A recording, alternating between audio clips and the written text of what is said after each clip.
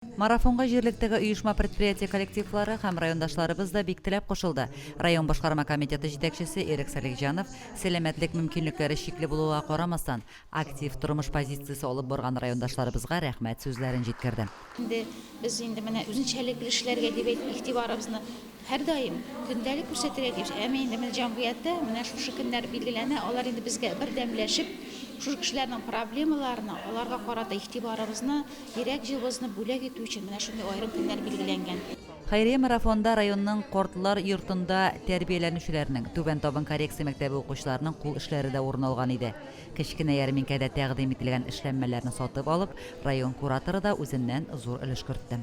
3 декабря отмечается Международный день людей с ограниченными возможностями здоровья. Люди, на чью долю выпало испытание, требующее огромного упорства, стойкости и мужества. Люди с сильных духом, целеустремленных, ценящих каждый день своей жизни. Вот, да, в районе такое мероприятие большое сделали для данных людей. Благотворители хотелось бы отдельно поблагодарить, которые нашли время и возможность и средства сделать благотворительность. Елдан-ел Хәйрия марафонда бик күп райондашларыбыз теләп катнашалар. Шулай ук без дә үзебезнең көчебезне кертергә тырышабыз. Киләчәктә дә менә шушындый Хәйрия акцияларында райондашларыбыз күбрәк катнашсын дип теләп калабыз инде. Чөнки күлдән тамчыдан күл җыела дип әйтәләр бит инде.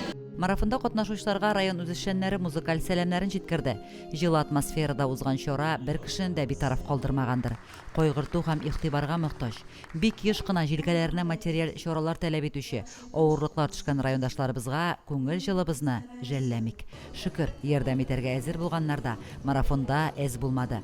Марафонда катнаша алмаган, ләкин ярдәм итәргә теләгән һәркем районның социаль яклау бүлегенә мөрәҗәгать итә ала. Лилия Шәймиева, Динар Нуретдинов, Мөслим телевидениесе.